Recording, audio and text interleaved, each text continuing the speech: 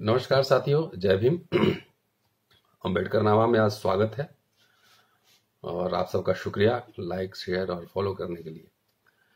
अप्रैल का महीना है और ये बहुत महत्वपूर्ण महीना है। फुले साहब की भी जयंती होती है और राहुल सांकृत्यायन साहब की भी जयंती है, बाबा अम्बेडकर साहब की भी जयंती है और साथ साथ बीपी मंडल साहब जो मंडल कमीशन के अध्यक्ष थे, उनकी पुण्यतिथि है। इस लिहाज से यह महीना काफी महत्वपूर्ण है।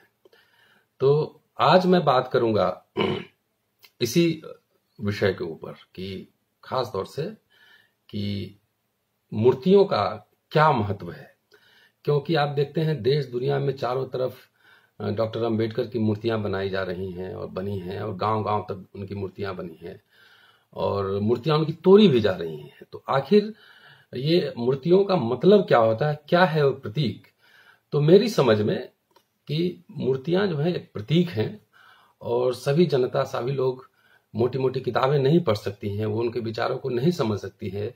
इसलिए मूर्तियों के द्वारा वो अपने नायक को पहचानते हैं लोग और उनके जो विचार हैं इनकलकेट करते हैं। इसलिए एक बहुत ही महत्वपूर्ण प्रतीक है। इसलिए इनका तोड़ा जाना भी उनकी मूर्तियों की प्रासंगिकता को दर्शाता है। तो बहरहाल आज हम इसी विषय पर फिलहाल केंद्रित करेंगे। अंबेडकर साहब 1916 में कोलंबिया यूनिवर्सिटी के छात्र थे, वहां पढ़ाई कर रहे थे और उसी साल, उससे थोड़े दिन पहले 1915 में फिरोज शाह मेहता की मृत्यु हुई थी 9 नवंबर में। फिरोज शाह मेहता कांग्रेस के संस्थापक थे, बॉम्बे जो म्युनिसिपल कॉर्पोरेशन है उसके सदस्य और अध्यक्ष भी रहे और बहुत वकील, न्यायवेता और जाने माने नाम, उस जमाने के ब्रिटिश भारत के जाने माने नाम थे। तो नवंबर 1915 में उनकी मृत्यु हुई। तो बॉम्बे जो म्युनिसिपल कॉर्पोरेशन है, एक प्रस्ताव पारित हुआ कि फिरोज शाह मेहता के लिए इस सम्मान में एक मूर्ति बनाई जाए। तो छात्र के रूप में जब उनको पता लगा कोलंबिया यूनिवर्सिटी में, तो छात्र के रूप में उन्होंने वहां से एक पत्र जो है वो बॉम्बे क्रॉनिकल के नाम से लिखा, उनके एडिटर के नाम से लिखा। और यहाँ ये याद दिलाना जरूरी है कि बॉम्बे क्रॉनिकल के संस्थापकों में फिरोज शाह मेहता भी थे। तो उन्होंने मूर्ति बनाए जाने को, अंबेडकर साहब ने मूर्ति बनाए जाने को बहुत ही सुपरफिशियल किस्म का काम, बहुत ही सतही किस्म का काम समझते हुए उन्होंने संपादक को चिट्ठी लिखा था। और यहाँ स्मरण करना जरूरी है कि ये पहला पत्र है, उस समय उनकी उम्र 25 साल थी और ये पहला पत्र है जो अखबार में वो प्रकाशित हुआ था, इसलिए यह पत्र बहुत ही महत्वपूर्ण है। तो उन्होंने जो पत्र लिखा, लंबा पत्र है एडिटर के नाम से, उसका जो मजमून है, जो क्रक्स है, जो सारांश है, वो मैं आपके सामने रखना चाहता हूं।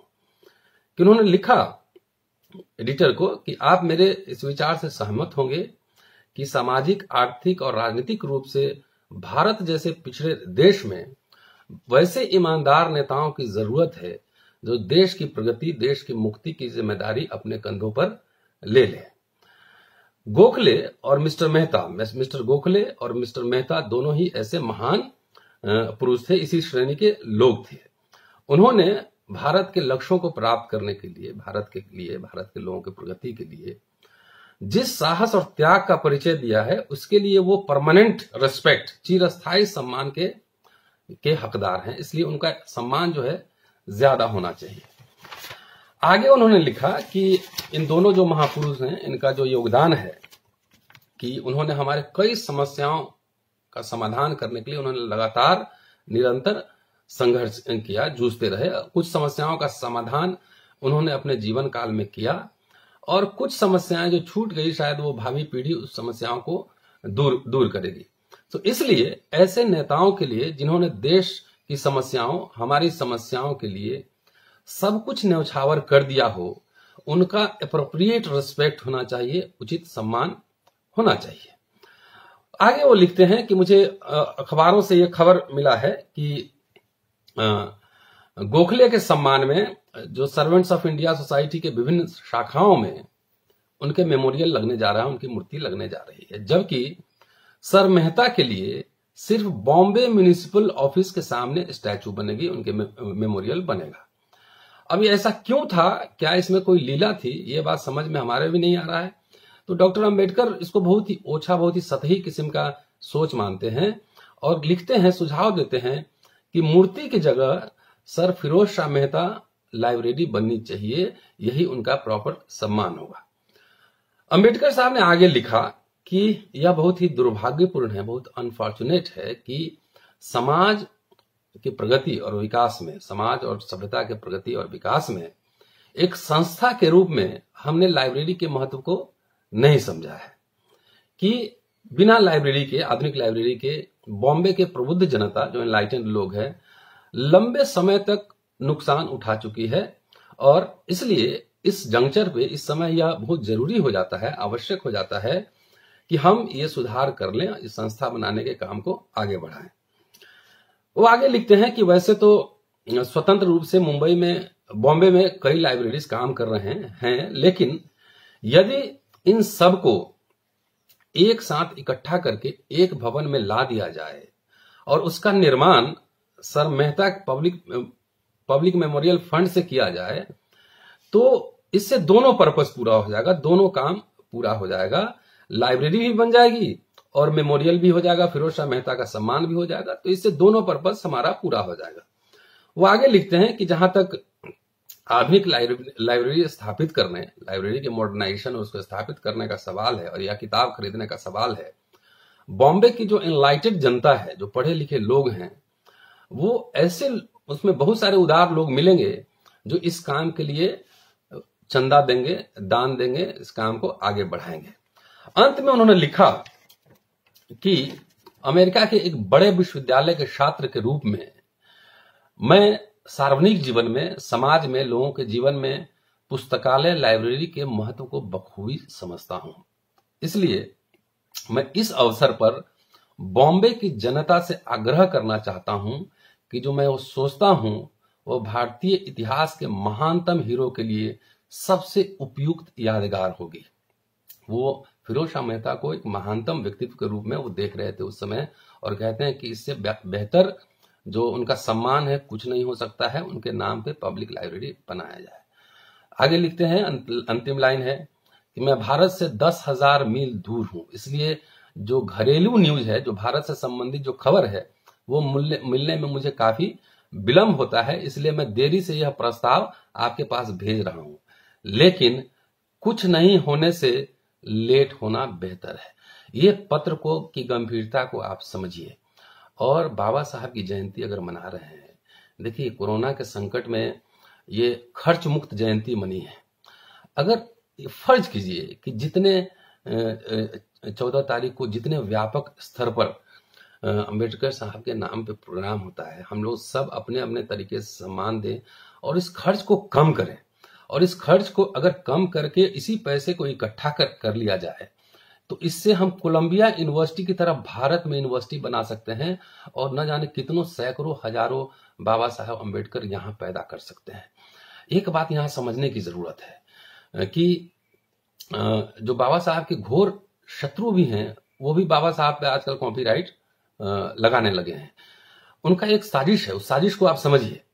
वो कहते हैं कि बाबा साहब को भगवान बना दो और आप भक्त बन जाओ, और बाबा साहब को पढ़ो नहीं, पूजो, खूब फूल माला चढ़ाओ, खूब ढोल नगारे बजाओ, जय जय करो, बाबा साहब की जय जय करो, उनको पढ़ने की जरूरत नहीं। ऐसे उनके राजनीतिक शत्रु जो हैं वो उनकी ये साजिश है, और गाहे बेगाहे हमारे लोग उस साजिश में फंस भी जाते हैं।